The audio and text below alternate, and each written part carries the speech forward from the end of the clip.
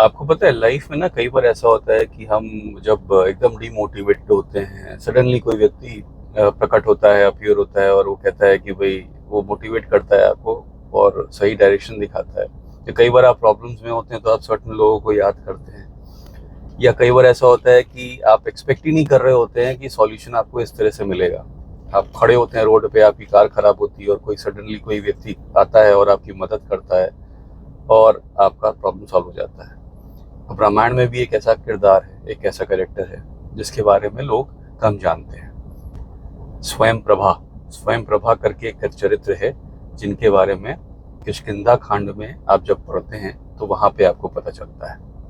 अब है क्या कि जो वानरों की टोली गई हुई थी, जो अंगद लीड कर रहे थे, जिसमें हनुमान जी भी थे, दक्षिण दिशा साउथ की तरफ गए हुए थे और वो सीता माता को खोज रहे थे।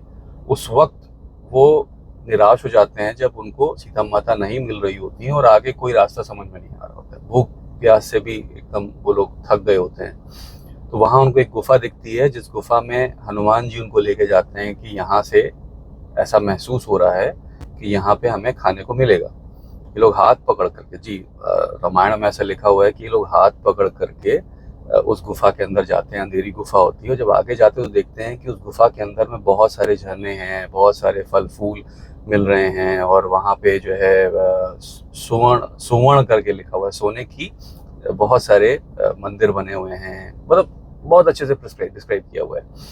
वहाँ पे उनको एक महिला, एक स्त्री दिखती हैं, जो देवी दिखती हैं, जो स्वयं प्रभा है।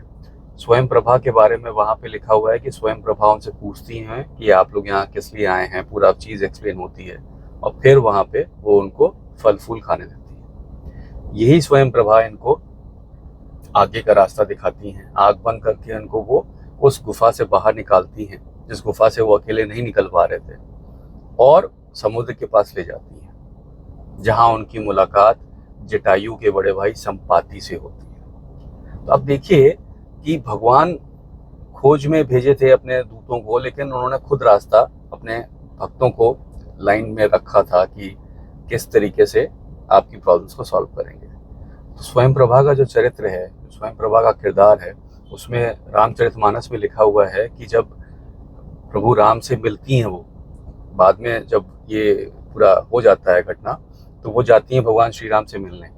और श्री राम से मिलने के बाद श्री राम उनको बद्रिका आश्रम भेजते हैं कि वो वहाँ जा करके अपना जीवन बिताएं। उनका वहाँ से उद्धार हो जाता है। तो स्वयं प्रभा का जो चरित्र है उसके बारे में आप पढ़ें रामचरितमानस में, वाल्मीकि जी की रामायण में।